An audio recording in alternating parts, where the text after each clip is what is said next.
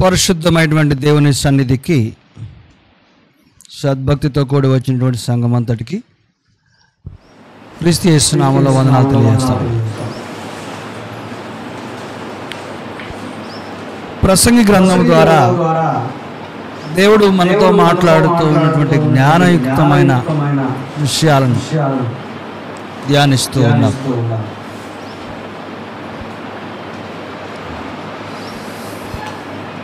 మెరుగైన జీవితాన్ని జీవించడానికి సొలొమోను కొన్ని బుద్ధి మాటలు చెప్పాడు. అలాగే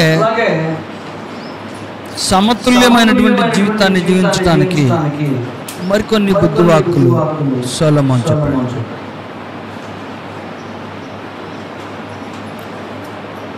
కేవలం అంతవరకే కాదు, ప్రసంగి గ్రంథం అంతా కూడా జ్ఞానము యొక్క పరిపూర్ణమైన లోతును తెలియజేస్తుంది.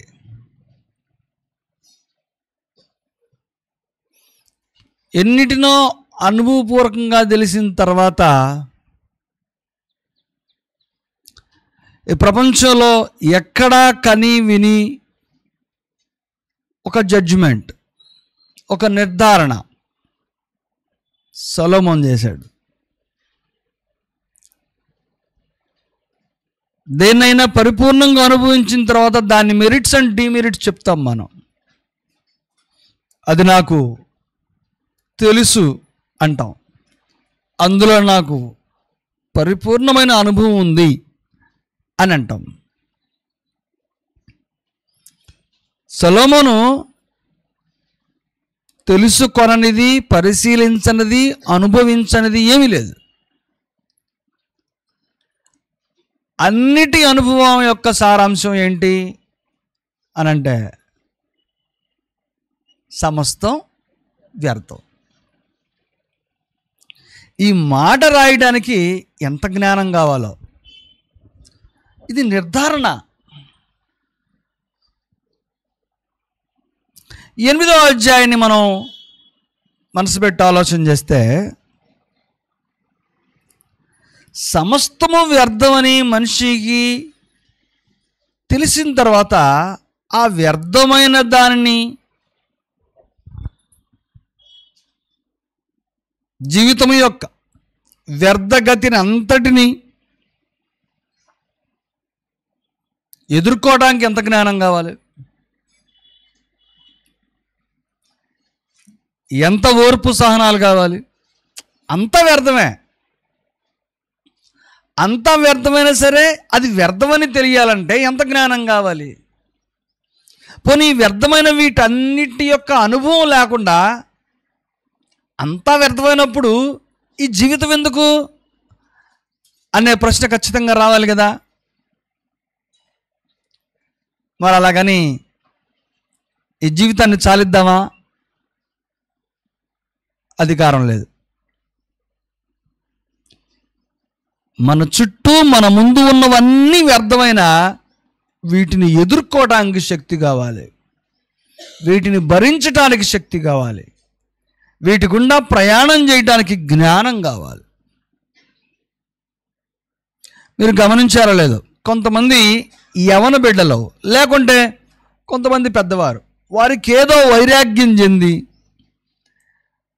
ఆత్మహత్యలకు పాల్పడుతూ ఉంటారు కదా. విసుగు చెందే కదా, వాళ్ళు ఎదుర్కొనే దానికి పరిష్కారం లేదనే కదా. అలాగైతే అదే పరిష్కారం అయితే ఈ భూమి మీద ఉన్న ప్రతి మనిషి అదే చేయాలి, ఎందుకంటే అంతా వ్యర్థమే కదా. కానీ దేవుడు అలా చెప్పట్లేదు. ఇదంతా వ్యర్థమే అని నీకు తెలిసినా దీనిని ఎదుర్కోవటానికి, దీనిని భరించటానికి, దీనిని సహించటానికి, దీని గుండా ప్రయాణం చేసి విజయోత్సాహంతో నిలబడటానికి నీకు జ్ఞానం కావాలి.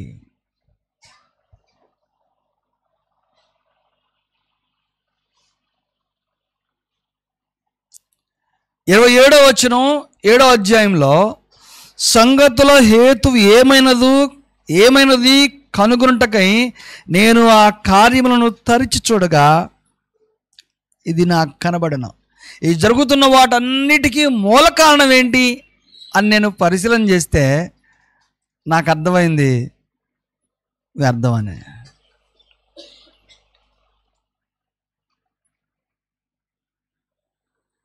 ఈరోజు మనం ఈ వ్యర్థమైనటువంటి జీవితాన్ని అంతటిని ఎదుర్కోవడానికి ఎంత జ్ఞానం కావాలో మనం ధ్యానిస్తూ ఉన్నాం. సొలొమోనుతో దేవుడు మాట్లాడినప్పుడు రాజులు మొదటి గ్రంథము 3వ అధ్యాయము 12వ వచనంలో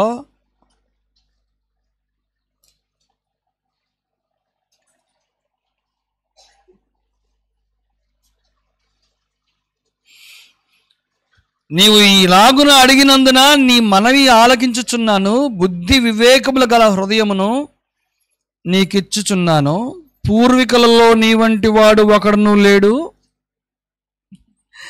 ఇక మీదట నీ వంటి వాడు ఒకడును ఉండడు.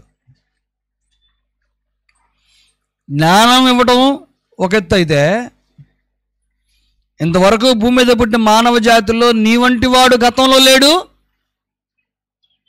నీ వంటి వాడు ఇక ముందుకు కూడా రాడు. 4వ అధ్యాయం 30వ వచనం చూడండి ఒకసారి. గనుక సొలొమోనుకు కలిగిన జ్ఞానము తూర్పు దేశస్థుల జ్ఞానము కంటెను, ఐగుప్తుల జ్ఞానం అంతటి కంటెను అధికమై ఉండను. ఎందుకని తూర్పు దేశస్థుల జ్ఞానులు అన్నాడు? జ్ఞానంలో తూర్పు దేశానికి సంబంధించిన వాళ్ళు కొంచెం మెరుగ్గా ఉంటారు. వాళ్ళ కంటే అమితమైన టెక్నాలజీలో లేకుంటే సాంకేతిక మరి దేనిలో సరే ఆ కాలంలోనే అడ్వాన్స్డ్గా ఉండేటువంటి culture Egyptian culture, ancient culture Egyptian culture. వాళ్ళ కంటే జ్ఞానవంతుడు సొలొమోను. మరి ప్రసంగం ఎందుకు రాస్తున్నాడు? ఇంత తెలిసి ఆయన రాస్తున్నటువంటి మాట చాలా లోతైంది. ఇక్కడ మనం గుర్తుంచుకోవాల్సిన ప్రాముఖ్యమైన సంగతి ఏమిటంటే, మానవ జీవితంలో ఏది సంభవించినా ఏది జరిగినా ఈ జరుగుతూ ఉన్న దానిని మార్చడం నీ చేతుల్లో లేదు. జరిగిన దానిని కానీ జరుగుతూ ఉన్న దానిని కానీ భవిష్యత్తులో జరగబోయేది ఏదైనా ఉంటే దానిని కానీ మార్చటం నీ చేతుల్లో లేదు. ఈ మాట గుర్తుపెట్టుకోండి. అంతేకాదు జరుగుతూ ఉన్న దానిని జరగబో దానిని తప్పించుకోవటం కూడా నీ చేతుల్లో లేదు. మార్చడం నీ చేతుల్లో లేదు, తప్పించుకోవటం నీ చేతుల్లో లేదు. మరి అలాంటప్పుడు ఎందుకు ఇదంతా? ఎవరైనా నేను చాలా తెలివిగా జ్ఞానంగా ప్రవర్తించాను అని అనుకున్నావా? అది నీ జ్ఞానం వల్ల ఎదుర్కొన్నది కాదు, లేకుంటే నీ జ్ఞానం వల్ల నువ్వు మార్చినది కాదు, తప్పించుకున్నది అంతకన్నా కాదు. అదేంటంటే నీకు కలిగేటువంటి ఒక సంతృప్తి. బ్రతకాలి కదా మనిషి. ఎస్, ఐ అచీవ్డ్, నేను సాధించాను, నేను గెలిచాను, నేను తప్పించుకున్నాను, నేను జాగ్రత్త పడ్డాను, నేను భద్రంగా ఉన్నానని భావన నీకు కలిగితే నువ్వు సంతోషంగా సంతృప్తిగా ఉంటావు. అందుకు ఏర్పడుతున్నటువంటి భావజాలమే కానీ అది నిజానికి నీ విజయం కానీ నీ భద్రత కానీ నీ జాగ్రత్తలు కానీ దేనికి ఉపయోగపడవు, దేనికి ఉపయోగపడవు.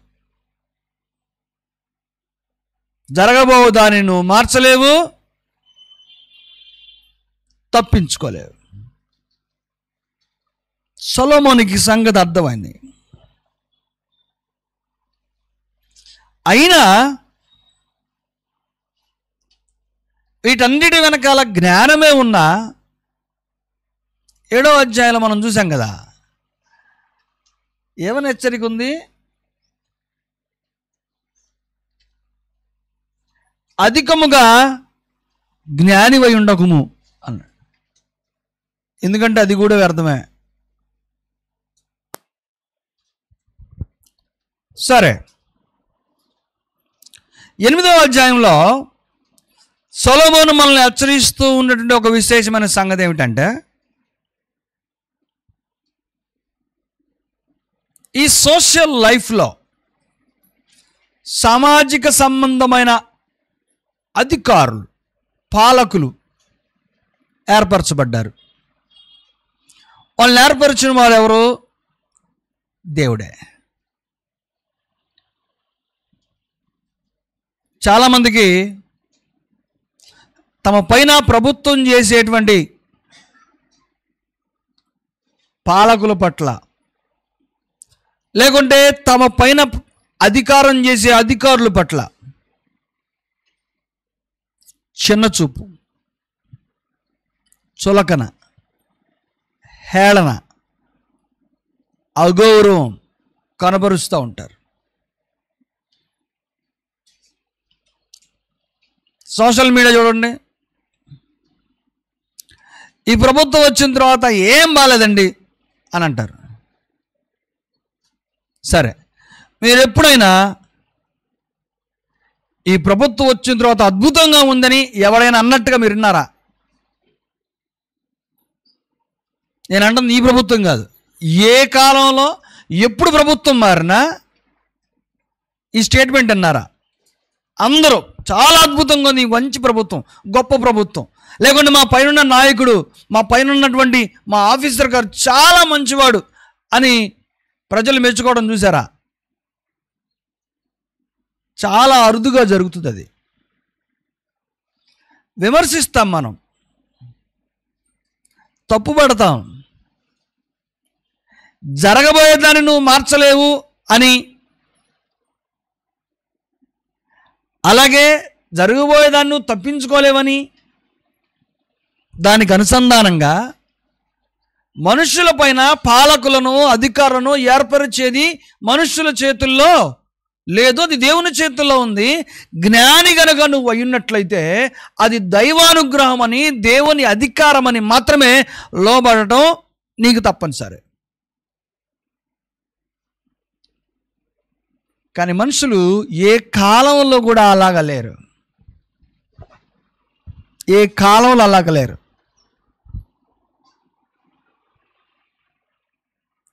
ఎదురాడతారు, అధికారిని కానీ పాలకులను కానీ దూషిస్తారు, ప్రభుత్వాన్ని ఎంచుతారు, తప్పప్పులు పడుతూ ఉంటారు, రాజుకి వ్యతిరేకంగా పనులు చేస్తూ ఉంటారు.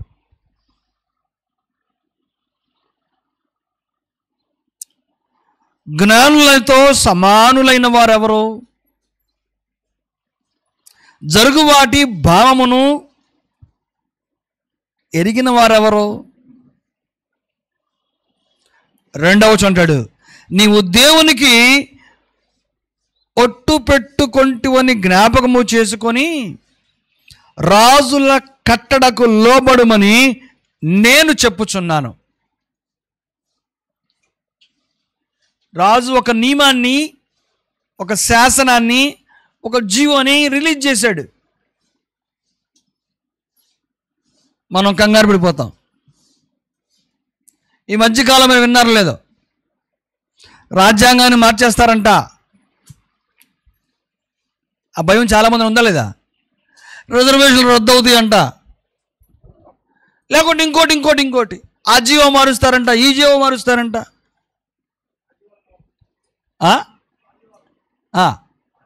ఆదివారం మార్చేస్తారంట. ఏది కావాలంటే అది చేసుకునే అధికారం, దాన్ని శాసనంగా మరిచేటువంటి స్వేచ్ఛ ఎవరి చేతుల్లో ఉంది? రాజు చేతుల్లో ఉంటుంది. అది ఆయన అధికారం. ఏం చేసినా చేసుకొనివ్వటమే. ఏది మార్చాలనుకుంటే అది మార్చుకోవటమే, దేనిని రద్దు చేయాలంటే అది చేసుకొనివ్వటమే. ఎందుకంటే అడ్డుకునేటువంటి సర్వశక్తి సామర్థ్యం నీకుంటే పోయి అడ్డుకో, నీకు ఆ సామర్థ్యత లేదు. కానీ ఇక్కడ దేవుడు నీకు ఇస్తున్న అధికారం ఏంటంటే నిన్ను అడ్డుకునేటువంటి స్వేచ్ఛ కాదు, అధికారానికి లోబడేటువంటి మనస్తత్వం.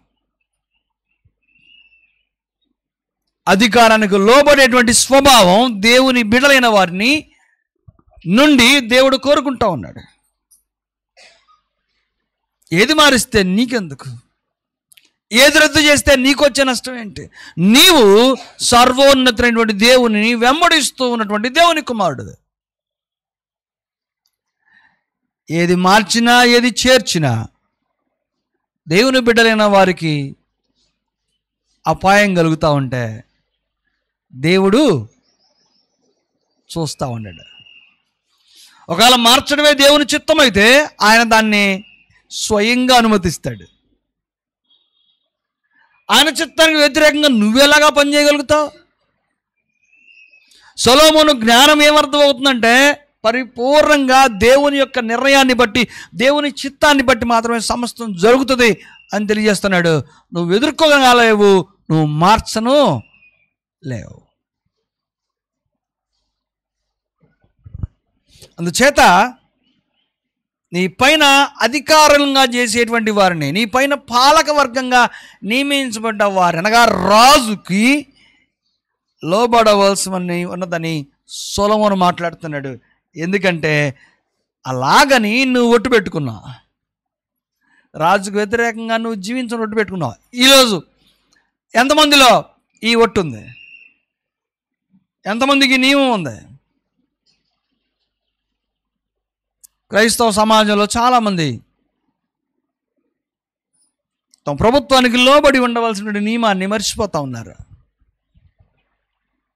ప్రజల క్షేమాన్ని చూసేవాడు పేరుకు ప్రభుత్వ రాజులైనా సరే దాని వెనకాల రాజులకు రాజు ఉన్నాడు. దాని వెనకాల సర్వాధికారి అయినటువంటి దేవుడు ఉన్నాడు. మన రాజు, పాలించే రాజు శాశ్వత కాలం.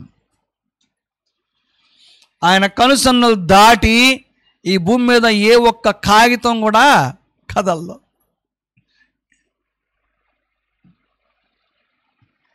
అందుచేత ఆయన అధికారానికి లోబడవలసినటువంటి బాధ్యత మొదటి సంగతే. 4వ వచనం అన్నాడు, రాజుల ఆజ్ఞ అధికారము గలది, నీవు చేయు పని ఏమని రాజుతో చెప్పగలవాడెవడు? రాజు పెన్నుకి ఏముంది? పవర్ ఉంది. ఏంటి నువ్వు చేసే పని? నీ ఒక రాజుని పౌరులు అడగగలవాడున్నాడా? అడగగలవాడెవడూ లేడు. నీకు బెస్ట్ ఎగ్జాంపుల్ చెప్తా. ఎన్నో జీవోలు ప్రజల యొక్క మనోభీష్టానికి వ్యతిరేకంగా పార్లమెంట్లో ఆమోదమైనవి ఉన్నాయి. ఉన్నాయా లేవా? ఉన్నాయా? అది ఎవరు చేశారు? నీ ఇష్టాలతో రాజు స్థానంలో ఉన్నవానికి పని లేదు. పని ఉన్నట్లుగా ఒక భ్రమ కలుగు చేస్తారు అంతే. ప్రజలకు వ్యతిరేకంగా ఉండకూడదు అనేటువంటిది ఒక ఫ్రంట్ అండ్ పిక్చర్ అంతే. బిహైండ్ ద స్క్రీన్ అది ఉండదు. ఒక పెన్ స్ట్రైక్ మాత్రమే ఉంటుంది. ఒక అధికారం మాత్రమే వెల్లడి చేయబడుతుంది తప్ప మరేది కాదు. ఎవరైనా రాజు సముఖం నుండి అనాలోచితముగా వెళ్ళేటువంటి ప్రయత్నం చేయొద్దు. అంతేకాదు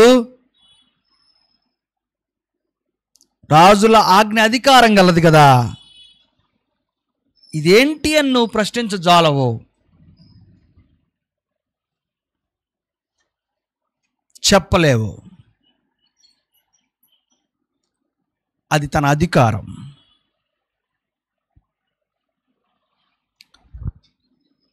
ఈ మానవ సంబంధమైన పరిస్థితులన్నిటినీ ఎదుర్కోవడమే మన విధి, దానికి సిద్ధపడటమే మన విధి. మన జ్ఞానం చేత విజయం రాదు, మన జ్ఞానంతో తప్పించుకోవటం సాధ్యపడదు. ఎవరికి అర్థమవుతుంది ఈ సంగతి? ఇదంతా దేవుని చిత్తానుసారంగా నడుస్తుందని ఎవరికి అర్థమవుతుంది? అంత తేలిగ్గా ప్రతి ఒక్కడికి అర్థం కాదు. ఇది అర్థమైనటువంటి రాజు ఈ సంగతులు మాట్లాడుతున్నాడు. వ్యర్థమని, సమస్తం వ్యర్థమని ఎలాగైతే అర్థమైందో అలాగే రాజు యొక్క సర్వాధికారం అర్థమైన తర్వాత తన స్థానంలో కూర్చొని, రాజు స్థానంలో కూర్చొని సొలొమోను మాట్లాడుతున్నాడు. అంటే స్వానుభవమేనది. అంటే తను చేసే శాసనానికి ఎవరి అనుమతి, ఎవరి మద్దతుతో పని లేదు. అది తాను చేసిన వాడు కనుక ఆ స్థానంలో ఉండి మాట్లాడుతున్నాడు. మౌనంగా ఉండే మంచిది. ఎదుర్కోవడం నేర్చుకుంటే మంచిది. ఎందుకంటే నువ్వు దాన్ని ఆపడానికి నీ శక్తి సామర్థ్యం సరిపోవు. అన్నిటికంటే ప్రధానంగా అది దైవనీతి, అంతకన్నా కాదు. నువ్వు ఎప్పుడైతే క్రైస్తవుని కానీ నీ జీవితాన్ని ప్రారంభం చేశావో, నీ పాలకులకు, నీ ప్రభుత్వానికి, నీ పైనున్న అధికారికి నువ్వు లోబడేటువంటి నియమం కింద, చట్టం క్రిందకు వచ్చిన వాడవు. ఏంటంటో ఈరోజు సోషల్ మీడియాలో క్రైస్తవ సంబంధమైన నాయకులు మాట్లాడుతూ ఉన్నారు. మేము అది చేస్తాం, మేము ఇది చేస్తాం, మేము దాన్ని అడ్డుకుంటాం, దీన్ని అడ్డుకుంటాం. ఇవన్నీ వ్యర్థ ప్రలాపాలలో. ఎవడో ఏమీ సాధించిన వాడు లేడు, అడ్డుకున్నవాడు లేడు, సాధించినవాడు లేడు. దేవుడు ఏది జరిగించ నిశ్చయిస్తే అదే జరుగుతుంది. నేను చాలా కష్టపడి ఈరోజు ఈ స్థితిలోకి వచ్చాను అనుకుంటున్నావా? నిన్ను దేవుడు అక్కడ ఉంచాలనుకున్నాడు. దాని వెనకాల ఒక కారణం ఉంది, అది గుర్తించు చాలు. నిన్ను దేవుడు ఒక స్థానంలో ఉంచాడు, లేకుంటే దేవుడు నిన్ను ఒక స్థానంలోంచి దించాడు. దాని వెనకాల ఒక కారణం ఉంది. స్థానంలో ఉంచడానికి కారణం ఉంటుంది, స్థానంలోంచి తొలగించడానికి కారణం ఉంటుంది. అది నీకు నాకు అర్థమయ్యేంత జ్ఞానం మనకి లేదు. నిజంగా జ్ఞానమే ఉంటే దీని వెనకాల దేవుడే ఉన్నాడని అర్థం అవ్వదు తప్ప, జ్ఞానం లేకపోతే ఏంటి ఇలా జరిగింది, నా ప్రణాళిక అంతా ఏమైంది, నేను చాలా పెద్ద ప్లాన్ వేశాను కదా, అంతా తిరగబడిందే అని ఇంకా ఏడుస్తావు తప్ప అసలు కంక్లూజన్కి మాత్రం రాలేవు. సొలొమోను చెప్తున్న మాటలు ఎంత అద్భుతమైనయో. వైరాగ్యంతో రాసినటువంటి మాటలు ఇవి, కానీ ఇందులో పరిపూర్ణమైనటువంటి వాస్తవం ఏముంది? రోమీయులకు రాసిన పత్రిక 13వ అధ్యాయం మనం చదివితే అక్కడ క్రైస్తవ నియమాన్ని గురించి చాలా చక్కగా వివరించాడు. రోమీయులకు రాసిన పత్రిక 13వ అధ్యాయం 1 నుంచి 7 వచనాల వరకు, ప్రతి వాడును పై అధికారులకు లోబడి ఉండవలెను, ఎలయనగా దేవుని వలన కలిగినది తప్ప మరి ఏ అధికారమును లేదు. ప్రతివాడు తన పై అధికారికి లోబడాలి. అధికారం దేవుని చేత ఏర్పరచబడింది. ఉన్న అధికారులు దేవుని వలననే నియమింపబడి ఉన్నారు. కాబట్టి అధికారమును ఎదురించువాడు దేవుని నియమమును ఎదిరించుచున్నాడు. ఎదిరించువారు తమ మీదికి తామే శిక్ష తెచ్చుకొందురు.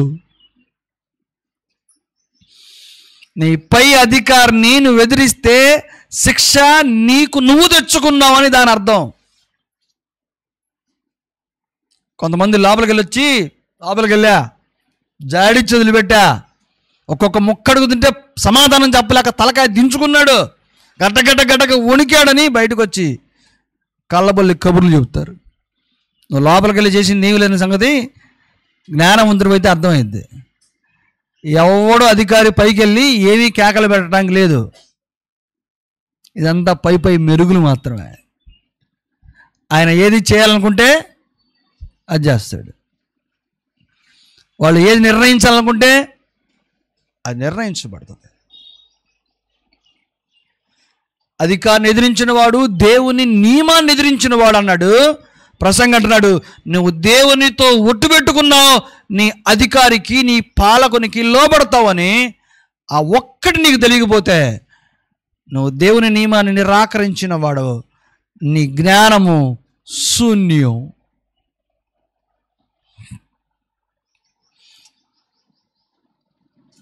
మూడు 4 వచనాలు కింద చదువుతున్నాను మరలా రోమపత్రికలో. ప్రభుత్వము చేయువారు చెడ్డ కార్యములకే కానీ మంచి కార్యములకే కానీ చెడ్డ కార్యములకే కానీ మంచి కార్యములకు భయంకరులు కారు. నీకు మేలు కలుగుటకు అధికారులు దేవుని పరిచారకులు. రాజ్యాంగం మారుస్తున్నారంట. మార్చని దానిలో దేవుడు నీకు మేలు చేస్తాడు. మార్చాలనుకున్నవాడు దేనికి మారుస్తాడు? ఆదివారం సెలవు రద్దు చేయాలనుకున్నవాడు దేనికి మారుస్తాడు? అతని మనసులో ఎవరో ఒక వర్గం ఉన్నారు, వాళ్ళకి ఏదో ఆపద కలుగు చేయాలని చెయ్యి. నీకున్న అధికారం దానికే కదా. అయితే దానిలో దేవుడు న్యాయాన్ని వెతుకుతాడు. దాని గుండా శాశ్వతమైన దేవుని రాజ్యానికి అవసరమైన బలమైన కట్టడాలు, నిర్మాణాలు స్తంభాలుగా నిలబడతాయి. అది నీకు నాకు అంత తేలిగ్గా అర్థమయ్యేది కాదు. నేను మరలా గుర్తు చేస్తా ఉన్నాను. 430 సంవత్సరాలు ఇశ్రాయేలు ఐగుప్తులో బానిసలుగా ఉంటే చూసే వాళ్ళకి బానిసలనే మాట కనపడింది, కానీ దాని వెనకాల ఉన్నటువంటి ప్రయోజనం, దాని వెనకాల ఉన్నటువంటి ప్రణాళిక అర్థం కాల. ఎన్నోసార్లు బయలుదేరమని అనుమతి ఇచ్చి రద్దు చేశాడు ఫరో. దాని వెనకాల ఉన్న ప్రణాళిక అర్థం కాల. ఎప్పుడు అర్థమైంది? వారు విడుదల పొంది కానాను దేశం స్వతంత్రించుకున్న తర్వాత వారికి నిలువ ఎదురే లేకుండా పోయేంత గొప్ప సామ్రాజ్యంగా, గొప్ప బలంగా సిద్ధపడి బయలుదేరెళ్ళారు.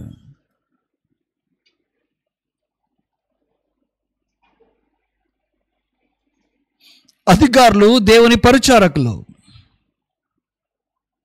వారికి భయపడక ఉండగోరితివా? మేలు చేయము, అప్పుడు వారి చేత మెప్పు పొందదువు. మేలు చేస్తూ ఉండో, నీ అధికారి నిన్ను మెచ్చుకుంటాడు. ఎందుకంటే ఆ మెప్పు దేవుని నుండి కలుగుతుంది. 5వ వచనం అంటాడు, కాబట్టి ఆగ్రహ భయమును బట్టి మాత్రము కాక మనస్సాక్షిని బట్టి లోబడి ఉండుట ఆవశ్యకం. ఒకవేళ నువ్వు భయపడుతున్నావా నీ పై అధికారికి?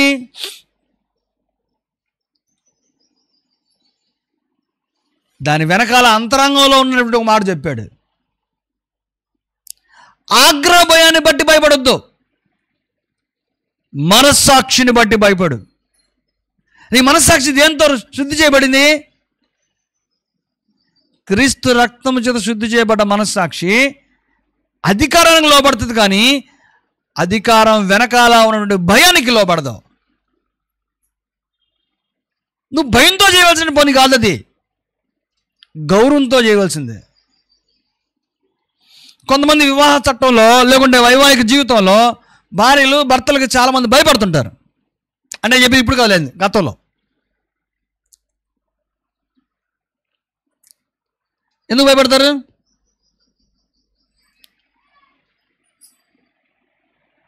ఆ భయం గౌరవంతో కూడిందై ఉంటుంది. కొంతకాలం అయిన తర్వాత అమ్మ వాడు తాగొస్తే మనిషి కాదమ్మా, నోరు మూసుకుంటే మంచిది, అక్కడ దాకా వెళ్ళింది. దానివల్ల గౌరవం ఉంటుందా? ఉండదు. నీ భర్త దేవుడు నీకు ఇచ్చినటువంటి యజమాని, దాంతో లోబడు, ఆ గౌరవాన్ని నిలబెట్టు. పైనుండి దైవానుగ్రహం నీ మీద ఉంటుంది. భయపడేవాళ్ళు కోపానికి భయపడతాడు, ఆగ్రహానికి భయపడతారు. మనస్సాక్షిని బట్టి నీ అధికారికి లోబట్టం, దైవ చట్టాన్ని లోబట్టం దేవుడు నీ నుండి కోరుకుంటా ఉన్నాడు.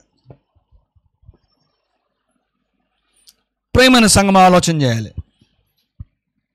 అయితే ఇలాగూ పాలించేటువంటి వారికి లోబడవలసినటువంటి చట్టం మనకున్న అందరూ మంచి రాజులే ఉండరు. రకరకాల రాజులు ఉంటారు, రకరకాల మనస్తత్వం గల వారు ఉంటారు పాలనలోకి వచ్చేటప్పుడు.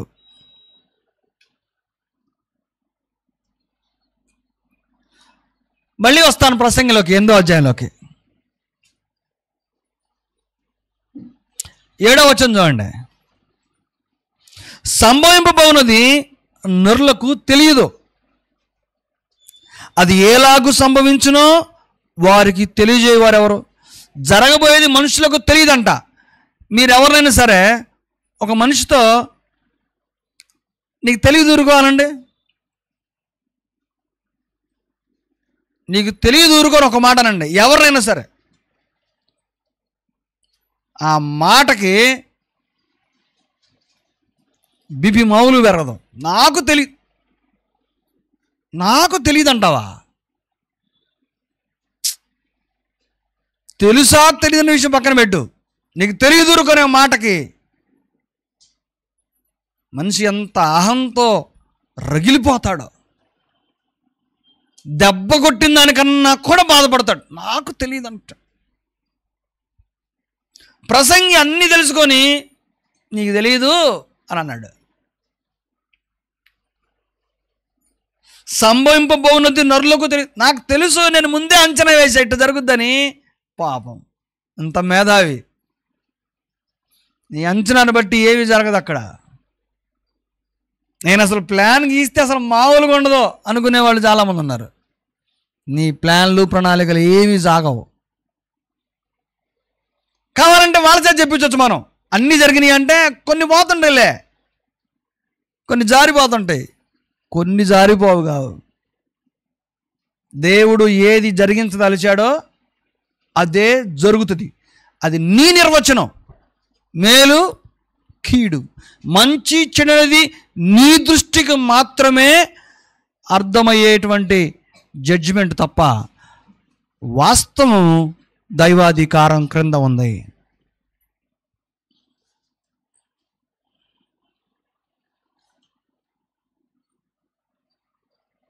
తొమ్మిదవ వచనం చూడండి, 8 చూద్దాం. గాలి విసరకుండా చేయుటకు గాలి మీద ఎవరికి అధికారము లేదు, మరణ దినము ఎవరికి వశము కాదు.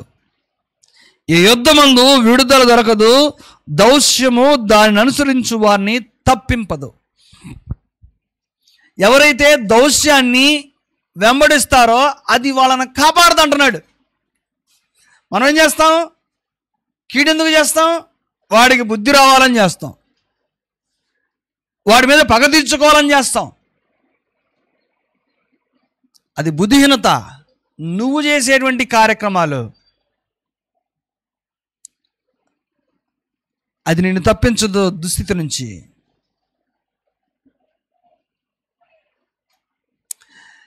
9వ వచనంలో ఏదో విశేషమైనటువంటి పదాన్ని సొలొమోను వాడాడు. సూర్యుని కింద జరుగు ప్రతి దాన్ని గూర్చి నేను మనసిచ్చి యోచన చేయుచుండగా ఇదంతయు నాకు తెలిసెను. ఎలా చేశాడంట? మనసిచ్చి యోచన చేస్తే ఇదంతా అర్థమైందంట. ఏదంతా? ఈ పైదంతా అర్థమైంది. ఏంది పైదంతటి యొక్క సారాంశం? అంతా వ్యర్థమని అర్థమైందంట. ఎలా చూస్తే? మనసిచ్చి చూస్తే.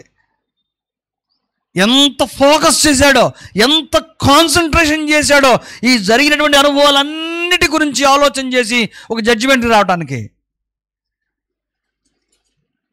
నేను అద్భుతంగా పరిపాలన చేశాను అని అనుకోవాలా, ఈ విజయానికి మొత్తం కారణకుడు నేనే అనుకోవాలా. ఇదంతా వ్యర్థమే కదా.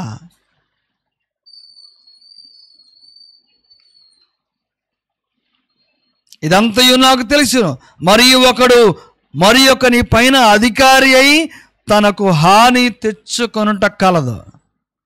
ఎప్పుడైతే ఒకరి పైన ఒకడు అధికారి అయ్యాడో అది హానికి హేతువు.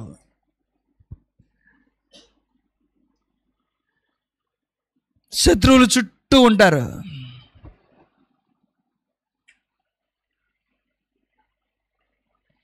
పదవచనం, మరియు దుష్టులు క్రమముగా పాతిపెట్టబడి.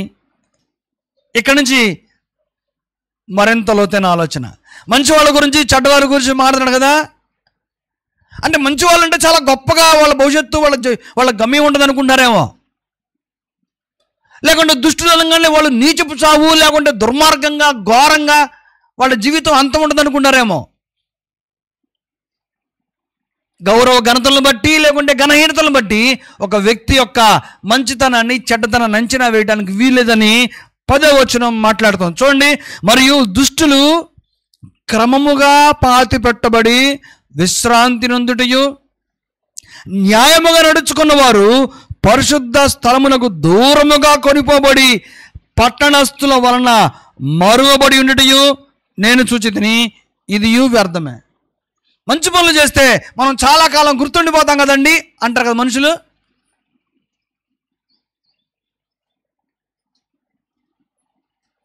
మంచి చేసిన వాళ్ళందరినీ గుర్తుంచుకునేటువంటి కాలంలో నుండి మర్చిపోయే రోజులు చాలా ఉన్నాయి. అవునా కదా? మంచి చేసిన వారిని మర్చిపోయే రోజులు ఉన్నాయా లేవా? ఉన్నాయి. చెడు చేసిన వారికి ఆ చరిత్ర కాలం గడిచిపోయిన తర్వాత అందలం ఎక్కించే పరిస్థితి ఉందా లేదా? కొంతమంది వారి మరణానంతరం జరిగేటువంటి సమాధి కార్యక్రమాలను బట్టి నిజంగా ఎంత గొప్పవాడని కనబడుతుందో. మనుషుల చేత గొప్పవాళ్ళగా ఎంచబడ్డవారు హీనాతిహీనమైనటువంటి మరణాన్ని చూసిన వాళ్ళని మనం చూస్తాం.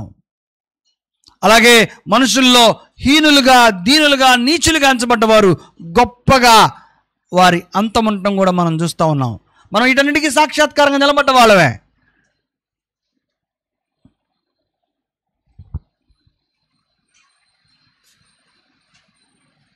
ఈరోజు మనుషులు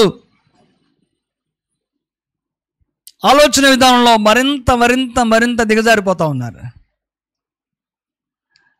మరింత మరింత మరింత దిగజారిపోతున్నారు. మీకు మంచి ఉదాహరణ చెప్తా. అంటే మనుషులు దిగజారుతున్నారా లేకుంటే గొప్పగా ఆలోచన చేస్తున్నారా చెప్పడానికి. ఎందుకంటే మంచి ఉదాహరణ లేదు వేరొకటి. భారతదేశానికి స్వాతంత్రం వచ్చి ఎన్ని సంవత్సరాలు? 78 సంవత్సరాలు అవుతుంది. భారతదేశానికి స్వాతంత్ర పోరాట యోధుడు ఎవరు? స్వాతంత్రం ఎవరు తెచ్చారంటారు? ప్రపంచం మొత్తాన్ని అడుగుదాం, భారతదేశానికి స్వతంత్రం కారకుడు ఎవరో అంటే ఎవరి పేరు చెబుతారు? ఏంటో ఈ చిన్నపిల్లలు అడుగుదామా, వాళ్ళు ఎవరి పేరు చెబుతారు? ఆయన బొమ్మని తెలుసు, వాళ్ళకి తెలీదు. కానీ చరిత్ర అలా కొనసాగుతూ గాంధీ గారు, ఆయన ముఖం కూడా తెలియదు గాంధీ గారు. ఎందుకంటే ఆయన ఒక మంచి పోరాటం చేసి భారతదేశం స్వతంత్రం తెచ్చాడని ప్రపంచం అంతా అంగీకరిస్తుంది. ఆనాటి ప్రజలు అంగీకరించారు. ఈనాటి వరకు ఇప్పుడు ఒక కొత్త స్వరం వినపడుతుంది. ఒక కొత్త స్వరం, జ్ఞానవంతులు మరి వీళ్ళు మేధావులు. ఏంటి స్వరం అంటే, గాంధీ గారే గనక పోరాటంలో లేకపోతే ఇంకొక 20 సంవత్సరాల ముందే వచ్చేదట భారతదేశానికి స్వాతంత్రం.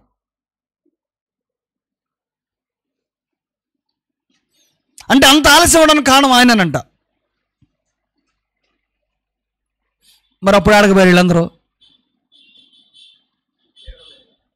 కాలం గడిచిన తర్వాత నోటుకొచ్చిన మాటలు మాట్లాడటానికి ఎంత స్వేచ్ఛ, ఈ చరిత్రను తిరగరాయడానికి ఎంత స్వేచ్ఛ, ఈ అద్దువాపు లేకుండా మాట్లాడటానికి మనుషులకి ఎంత ధైర్యం. మాట్లాడినామండి, ఏం చేస్తాం మనం? వాళ్ళకన్నా అధికారం అది, వాళ్ళకున్న స్వేచ్ఛా స్వాతంత్రాలు అవి. చరిత్రనే తిరగరాసేటువంటి ఒక దౌర్భాగ్య స్థితి మానవ జాతికి కలిగితే ఇంకేం మిగిలింది? ఆయనే కనుక పోరాటం లేకపోతే ఇంకొక 20 ఏళ్ళు ముందే స్వాతంత్రం వచ్చేదట. అసలు గాంధీ గారు చేసిన దుర్మార్గ పనులు ఏంటో మీకు తెలుసా అని చెప్పి పుస్తకాలు ఇప్పుడు వచ్చేయబడుతున్నారు. ప్రపంచం అంతా ఏమో ఆయన నాన్ వైలెన్స్ ఆధారంగా భారతదేశం స్వతంత్రం వచ్చిందని ఆ చరిత్ర తప్పంట, అది చీకటి రోజులట. ఎలాగ అర్థం చేసుకుందాం? ఇప్పుడు దాన్ని తిరిగి మళ్ళా కొత్త చరిత్రగా రాసేటువంటి ప్రయత్నం చేస్తూ ఉన్నారు. దానికి వివేకము విఘ్నత లేకుండా మీరు చెప్పింది రైటే అనే ఒక వర్గం, దానికి మళ్ళా చుట్టూ సాక్ష్యాలు. ఏమర్థం చేసుకోవాలి? దుష్టులు క్రమముగా పాతిపెట్టబడి విశ్రాంతి నందుటయు, న్యాయముగా నడుచుకున్న వారు పరిశుద్ధ స్థలంలో దూరముగా కొనిపోబట్టయు, పట్టణస్థుల వలన మరోబడి చూచుదని ఇదియు వ్యర్థమే. దుష్క్రియకు తగిన శిక్ష శీఘ్రముగా కలుగకపోవుట చూచి మనుషులు భయము విడిచి హృదయపూర్వకముగా దుష్క్రియలు చేయుదురు.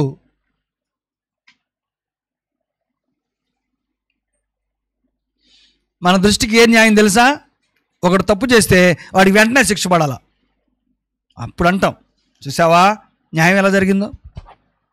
దేవుడు ఉన్నాడు, దేవుడు చూస్తా ఊరుకుంటాడా?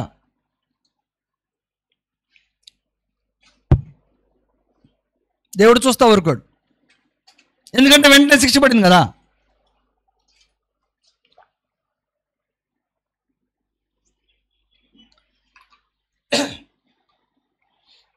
నడిచేటప్పుడు కనీసం ఎవరైనా చూసి చూడక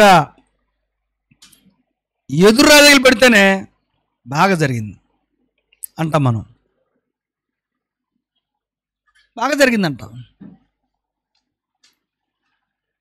మన నిర్ణయం అంతవరకే, మనం అంతవరకే దాన్ని చూడగలం.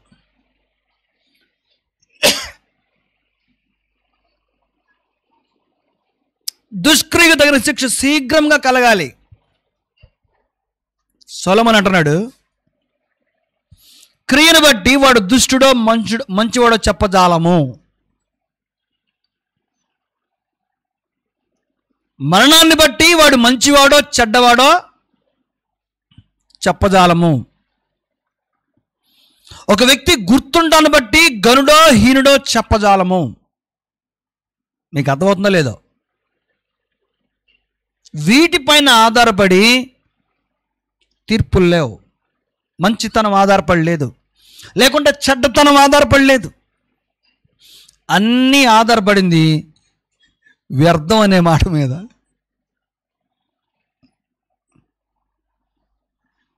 అన్నీ ఆధారపడింది వ్యర్థమైన మాట మీద. ఆలోచించాలి.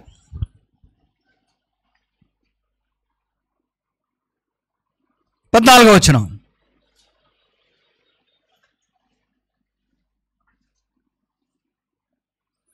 వ్యర్థమైనది మరి ఒకటి సూర్యుని కింద జరుగుచున్నది, అదేమనగా భక్తిహీనులకు జరిగినట్లుగా నీతిమంతులలో కొందరికి జరుగుచున్నది.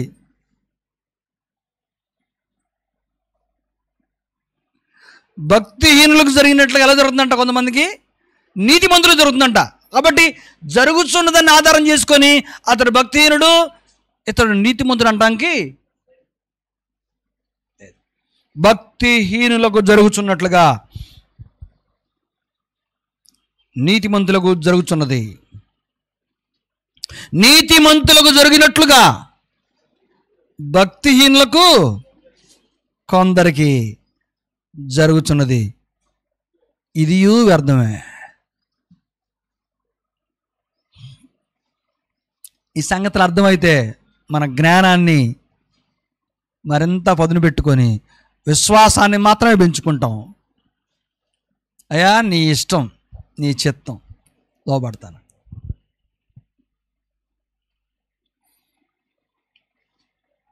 ఎంత అనుభవంతో రాశాడు ఈ అధ్యాయం, ఈ పుస్తకం. మనుషులు దీన్ని అర్థం చేసుకోవడానికి చాలా జ్ఞానం కావాలి. ఇది అర్థం చేసుకోవడానికి జ్ఞానం కావాలి. దీన్ని అంగీకరించడానికి జ్ఞానం కావాలి. ఈ స్థాయికి మనస్తత్వాన్ని రీచ్ అవ్వడానికి జ్ఞానం కావాలి. మన సంస్కృతిలో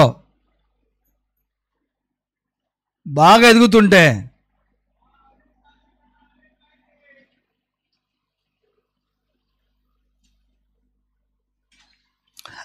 ఆఖరికి మినిస్ట్రీస్కి కూడా ఇదే దృక్పథం. అసలు ఆయన ప్రారంభించినటువంటి 2 సంవత్సరాల్లో ఎక్కడెక్కడో సంఘాలు కట్టేశాడు, చాలా పెద్ద పెద్ద సంఘాలు. నిన్న ఒక చోట ఒకళ్ళు చెప్తున్నారు నంబూరులో ఉన్నటువంటి పెద్ద డిజిటల్ చర్చి గురించి. అస్సలు అక్కడ ఎవరు లేరంట. ఆయన అక్కడ కేవలం పరిచారకులే ఉన్నారంట, వాక్యం చెప్పే సువార్తి కూడా ఎవరు లేరంట. కానీ ఎంత చక్కగా మెయింటైన్ చేస్తున్నారు. అబ్బబ్బబ్బా, లోపలికి వెళ్తే ఎంత శుభ్రంగా ఉంది, ఎంత నీట్గా ఉంది, ఎంత చక్కగా వందనాలు చదువుతున్నారు. ఆయన ఎక్కడున్నాడంట? ఆయన హైదరాబాద్లో ఉన్నాడు. డిజిటల్లో చెప్తున్నాడు, హైదరాబాద్లో ఉండి చెప్తున్నాడంట. సంఘం అనే మాటకి సాధారణంగా అర్థమైనా సరే ఆ మాటలు మాట్లాడరు. సంఘం దానికి ఒక కాపరి. ఆ కాపరి దేనికి? కష్టంలో, ఇరుకుల్లో, ఇబ్బందుల్లో, వేదనల్లో, మంచికి చెడుకి అన్నిటికీ నీ తోడుకోండి ఆత్మీయంగా బలపరచడానికి.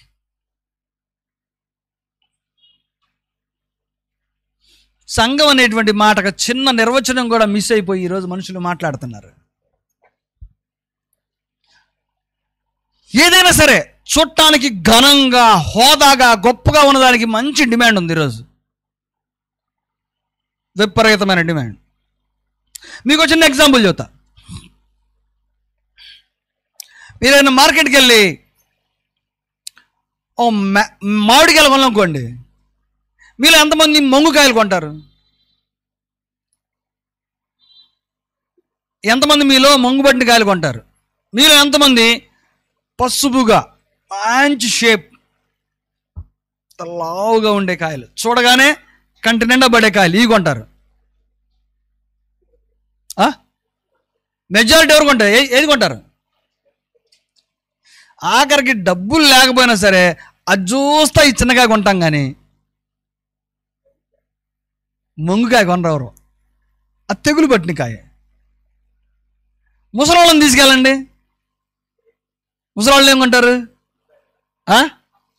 అది ఎందుకంటే వాళ్ళకి తెలుసు ఏ కాయకి ఎందుకు ముంగు పట్టుద్దో, అది రుచికరంగా ఉంటుంది. Simple logic. అందులో ఏ కాయ రుచికరంగా ఉంటే దానికి సంబంధమైన బ్యాక్టీరియా కాయని ఆకర్షిస్తుంది. మనం మందేసి పంచినా, ఏవేసి పంచినా అది పచ్చగా, పసుపుగా, రౌండ్గా ఉంటే మంచి కాయలు అనుకుంటాం. అందరం అంతే, నాతో సహా అందరం అంతే. అలాంటి సంస్కృతిలోకి దిగజారిపోయాం మనం. పై మెరుగులు చూసి గొప్పతనాన్ని, గౌరవాన్ని, హోదాన్ని అంచనా వేసేవాళ్ళం. హోదా, గౌరవం, గొప్పతనం ఎవరికైనా ఈ భూమి మీద ఆపాదించదలిస్తే సొలొమోను కంటే హోదా గలవాడు ఎవడు లేడు. ఆయన ఏమంటున్నాడు? ఏమీ లేదు, అంతా వ్యర్థం, నువ్వు అనుకున్నది ఏమీ జరగట్లేదు. భక్తిహీనుడికి జరుగుతున్నది నీతిమంతులు జరుగుతున్నది, నీతిమంతులకు జరుగుతున్నదే భక్తిలు జరుగుతున్నది. ఇది వ్యర్థమే, ఇది వ్యర్థమే.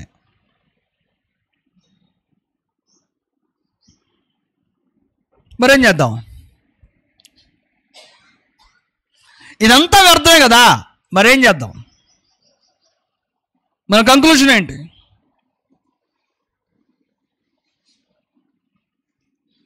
ఇదంతా వ్యర్థమైనప్పుడు ఈ జీవితం ఎందుకండి? మీరు ఆలోచించండి. సొలొమోను దానికి పరిష్కారం కూడా చెప్పాడు. 15వ వచనం, అన్నపానములు పుచ్చుకొని సంతోషించుట కంటే మనుషులకు లాభకరమైనది ఒకటి లేదు గనుక నేను సంతోషమును పొగిడితిని అన్నాడు. అన్నపానములు పుచ్చుకొని ఒకడు సంతోషించుట కంటే లాభకరమైనది ఏది లేదు కనుక సంతోషాన్ని పొగిడట.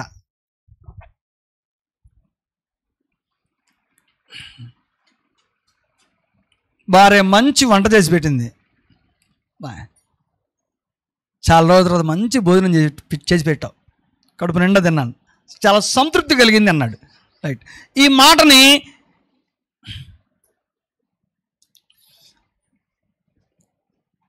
హైదరాబాద్లో మంచి బావాచికో లేకుంటే ప్యారడైజ్కో వెళ్ళి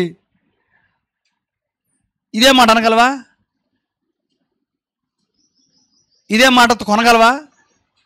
ఎంత డబ్బులు ఇస్తే నీకు ఆ మాట అమ్ముతారు రోడ్డు మీద? ఈ అనుభూతి ఎక్కడ కలుగుతుంది? మనం ఇక్కడ తినే చోట కడుపు నిండుద్దేమో కానీ సంతృప్తికరమైనటువంటి వచనం నీ నోటి వెంట రాదు. నువ్వు తినాలనుకున్న దాన్ని ఇష్టపడి తింటావు అంతే. నీ మనసుకి సంతృప్తి కలగదు, కడుపుకు మాత్రం నిండుగానే ఉంటుంది. సంతృప్తి ఎప్పుడు? నీ మనసు చెప్పాలా. నీ మనసుకు తెలుసు నీ రుచి ఏంటో. నీ మనసు మాట్లాడిద్ది. కుటుంబాల్లో ఇలాంటి మాటలు మీరు విన్నారా? మీ భర్తలో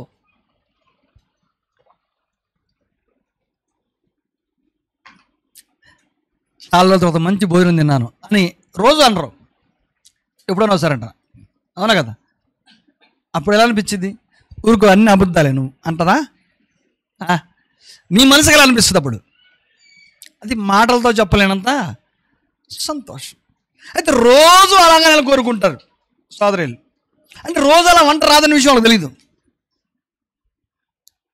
అది ఎప్పుడో ఒకసారి గురుద్ది, ఆ రోజు సంతోషం కలుగుతుంది.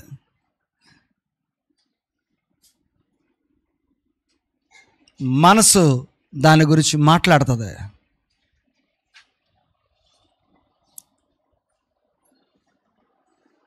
అన్నపానములు పుచ్చుకొని సంతోషించుట కంటే మనుషులకు లాభకరమైనది ఒకటి లేదు గనక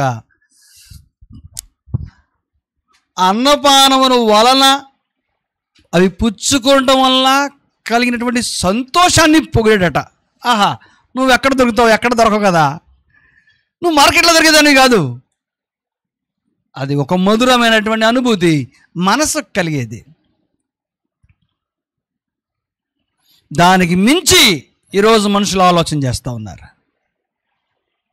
దేని గురించి ఆలోచన చేసినా, దేని వెంట వెంపర్లాడి తిరిగినా అన్నీ వ్యర్థమే. నీతిమంతులకి భక్తిహీనులకే వాళ్ళు పొందుతూ ఉన్నటువంటి ప్రతిఫలానికి తేడా లేకపోతే మరి ఏం జరుగుతుంది ఈ లోకంలో?